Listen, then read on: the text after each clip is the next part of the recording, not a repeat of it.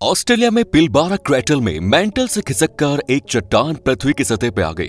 Researchers ने जब इस चट्टान का अध्ययन किया तो हैरानी की बात ये पता चली कि इसमें टंगस्टन 184 की मात्रा बहुत ज्यादा मौजूद है। इससे ये कंफर्म होता है कि पृथ्वी का भीतरी भाग धीरे धीरे लीक हो रहा है। क्या ये चट्टान संकेत दे रही है कि पृथ्वी का अंत नजदीक है और पृथ्वी भी मार्स और वीनस जैसी चट्टानी ग्रहों में बदल जाएगी? क्योंकि मार्स में भी कई सालों पहले जीवन संभव था, लेकिन उसके भीतरी भाग में लीकेज के कारण अब वहां जीवन संभव नहीं है। अगर एक बड़ा एस्टेरॉयड पृथ्वी पर गिर जाता है तो कोर में मौजूद हद से ज्यादा गर्म लिक्विड मैग्मा पृथ्वी की सतह में आकर एक चीज को राख कर देगा। लंबे समय पृथ्वी के भीतर की जानकारी हासिल करने के लिए हमारे वैज्ञानिकों ने कई रिसर्च किए हैं। कोर के बारे में रिसर्च करना और जानकारी इकट्ठा करना बिल्कुल भी आसान नहीं है, क्योंकि ये लगभग 2900 किलोमीटर की गहराई से शुरू होता है। इसकी कल्पना आप इसी से लगा सकते हैं कि मनुष्यों ने रिसर्च के लिए अब तक का सबसे गहरा छेद रूस में खोदा है, जिसकी गहराई लगभग सिर्फ 12.3 किलोमीटर है। पृथ्वी की जमीन और उसके अंदर के भाग को 3 भाग में बांटा गया है। पहला है क्रस्ट। ये 5 किलोमीटर से 40 किलोमीटर की गहराई तक होती है। ये चट्टानों से बनी ठोस है। क्रस्ट के नीचे मैंटल आता है जो 2890 किलोमीटर तक नीचे जाता है। यहाँ लोहे और मैग्नीशियम की बहुत ज्यादा मात्रा मौजूद है। इसके बाद 6371 किलोमीटर तक कोर है, जहाँ बहुत ज्यादा मात्रा में लोहा और कुछ निकल भी मौजूद है। दशकों से वैज्ञानिक इस बात का पता नहीं लगा पा रहे थे कि क्या पृथ्वी की कोर और उसके मैंटल के बीच पदार्थों का आदान प्रदान होता है या नहीं। हालांकि रिसर्च से पता चला है कि पृथ्वी की कोर से ऊपरी मैंटल तक लोहे का लीकेज हो रहा है, जबकि इन दोनों जगहों में हजारों डिग्री तापमान का अंतर है। पृथ्वी से आने वाले मैग्नेटिक तरंगे बताती हैं कि पृथ्वी की कोर में बहुत सारा लोहा मौजूद है। इसके अलावा उसकी मेंटल परत में भी लोहे की काफी मात्रा है। इससे ये अनुमान भी लगाया गया है कि हो सकता है ये लोहा मेंटल में कोर से ही आया है। इस बारे में ज्यादा जानने के लिए शोधकर्ताओं ने लैब में ही प्रयोग किया और देखा कि क्या लोहे के आइसोटॉप्स अलग अलग हाई टेम्परेचर और प्रेशर वाले एरिया में आ जा सकते हैं या नहीं।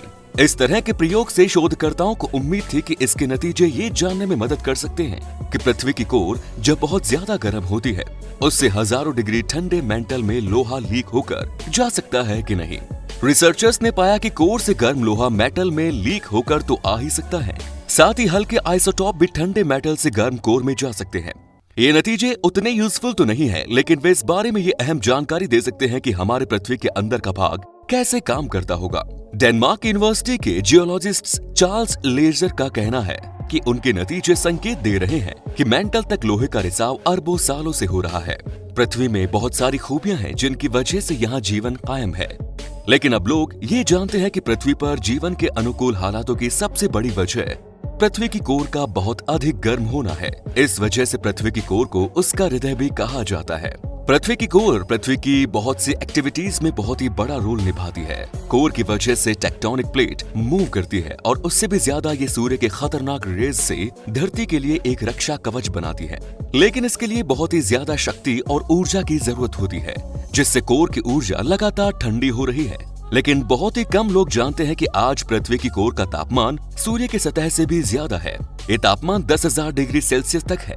कोर से जो लोहा लीक होकर मेंटल जा रहा है, ये पृथ्वी का अंत का कारण भी बन सकता है, क्योंकि कोर में मौजूद लोहे की वजह से ही एक बहुत ही ताकतवर मैग्नेटिक फील्ड पैदा होती है। पृथ्वी की ये विशाल मैग्नेटिक फील्ड अंतरिक्ष में बहुत दूर तक जाती है।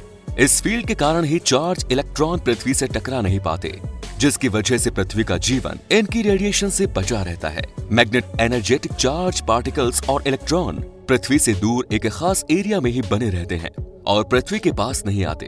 इस एरिया को वैन एलन बेल्ट कहते हैं। इसी वजह से पृथ्वी पर जीवन पनपने और कायम रहने में कामयाब रह सका है। अगर लोहे के लीक होने की वजह से मैग्नेटिक फील्ड में कुछ चेंज आ जाता है तो ये चार्ज पार्टिकल्स हमारी ओजोन परत को उड़ा देंगे और पृथ्वी पर सूरज से निकलने वाली की रेडिएशन छा जाएगी। पृथ्वी वैसे तो धीरे धीरे ही ठंडी हुई है। पहले पृथ्वी एक गर्म आग का गोला थी, लेकिन पृथ्वी की मेंटल और कोर के गर्म होने की एक और वजह भी है। वो है पृथ्वी की गहराइयों में पाए जाने वाले रेडियो एक्टिव एलिमेंट्स जो कोर के पास मौजूद हैं।